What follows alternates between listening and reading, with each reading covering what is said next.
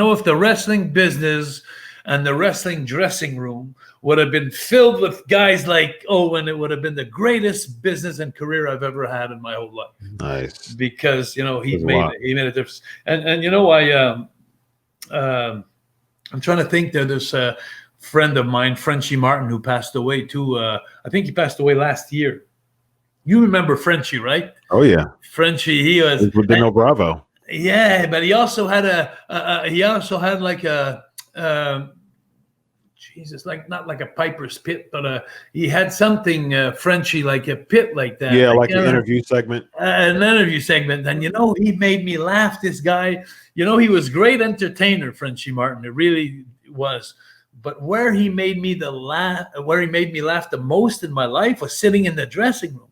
He's sitting there one day, and he's acting like he's so serious. And then he says to me, he says, I was doing great in life. My kids loved me and everything until they found out that the neighbors were eating 3 times a day. And when he told me that, I just turned around and looked at him and I said, that's the funniest thing I've ever heard, but that's the kind of guy he was, Yeah. He made jokes that were very, but us, everybody, he's another Owen Hart. Frenchie Martin, everybody loved him. And, there was his brother. They were a bunch of brothers there. Vigneault, like Rick Martel's brother was Michel Vigneault. I think it was Michel Martel. He was in the business too. And Frenchies, and they were all, they were all connected. Brother-in-laws and then really family oriented. There's a lot of wrestlers there that people don't know. Yeah. And it's amazing. Like the giant, Rabbi Maillet, that I was talking to you about there off the air about him. He made 300, the movie 300, Sherlock Holmes. Yeah. I just saw him in a movie last week there on Netflix, and he's doing a thing. It's amazing. It's so funny. I can't remember the movie. I think it's Lucy or something. I'm not too sure. But he has like 7 segments in the movie, and 6 of them he's sitting on the bathroom. And get a nice check for it too. Absolutely. That's funny. So last but not least, the Hitman, Bret Hart. You know what? I talk to Bret pretty at least once a year. And he just did a podcast. And by the way, if you guys want to go see my podcasts, it's a Rougeau podcast, Père et Fils, which father and son in French, Rougeau podcast. I did an interview with Bret. You'll love it if you go listen to it, because I'm going into the stories when I first started at Stampede and all that. And Bret, he was, I think Bret or Piper. I think Bret was the most popular wrestler that Canada has ever had. It's going to be close between Piper and Bret, but Piper, not everybody knew he was from Canada. So, it's true. But Bret was, Bret for me is like, we talked and we said some things off the air the last time we talked, because I didn't want to go back in the story with the Bulldogs. I didn't want to go back with the thing with Shawn Michaels at the screw job in Montreal. And so we just talked friendly, like, when he was driving the bus and from Saskatoon to Calgary, when he I thought he hit a moose. He was driving in, but he said it wasn't him. He said he was sleeping in the bed. But we went over some stories, and Bret Hart. Now, listen, I got to tell you this. Bret Hart in 77, he's driving the bus and putting up the ring and refereeing my matches. In 78, he's starting to wrestle. I'm wrestling in Calgary for the 2nd year. And through all my years that I've traveled, I meet Bret here and there. And then I spend 10 years in the WWF with Bret again. I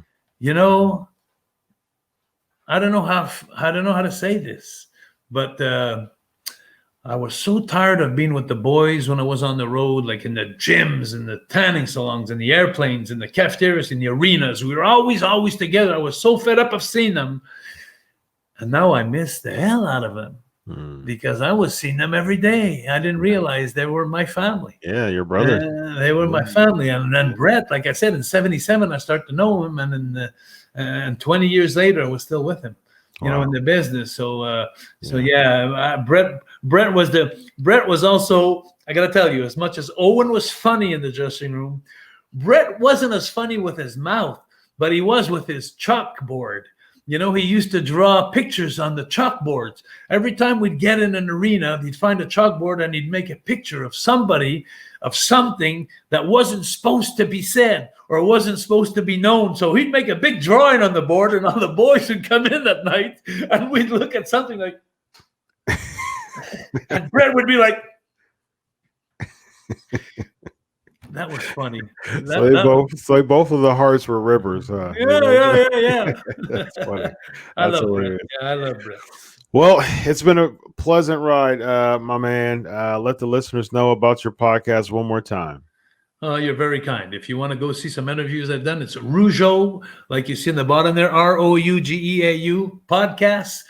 Father and son. Go look it up in the dictionary. It's Père et Fils. And you'll see all kinds of interviews. I've done a couple in English, mostly in French, but I'm going to do more and more now in English because of you, Chris. You're giving me the taste and the feel of going back into stories like that. And, I love it, man. So I may have to do a few. Not as popular as yours, but I'm going to have fun. But remember one thing, guys. I'm not an interviewer. I'm not a commentary guy. I'm the one who's been interviewed all my life. I'm the one who's been I was the guest. And so don't look for expertise in my questions and my job, but look more at the connection and the stories and that we have together, that you'll hear something from me and say, I didn't know that. Yeah. Because it's so go see my podcast. And the last thing I would like to say, Chris, happy holidays and happy New Year to everybody. I know it's going to be a good year coming up. It can't get any worse. And I think if we all stick together, I wish everybody to be happy. And I'm happy now in life, so I hope you're happy in life. And I'm 60 years old. So you see this? You see that DR right there? That makes me happy. That makes me happy right there. I guess so. And it makes my family happy too. You're fixing people. You know, what a better way to go through life but helping people. Absolutely. Yeah, that's amazing. I love you, Doc. And if ever we do this again sometime, it'll be fun. You're a good man. Thank you, man. I appreciate it. You're a good man. I enjoyed this ride. I have too. It's been awesome.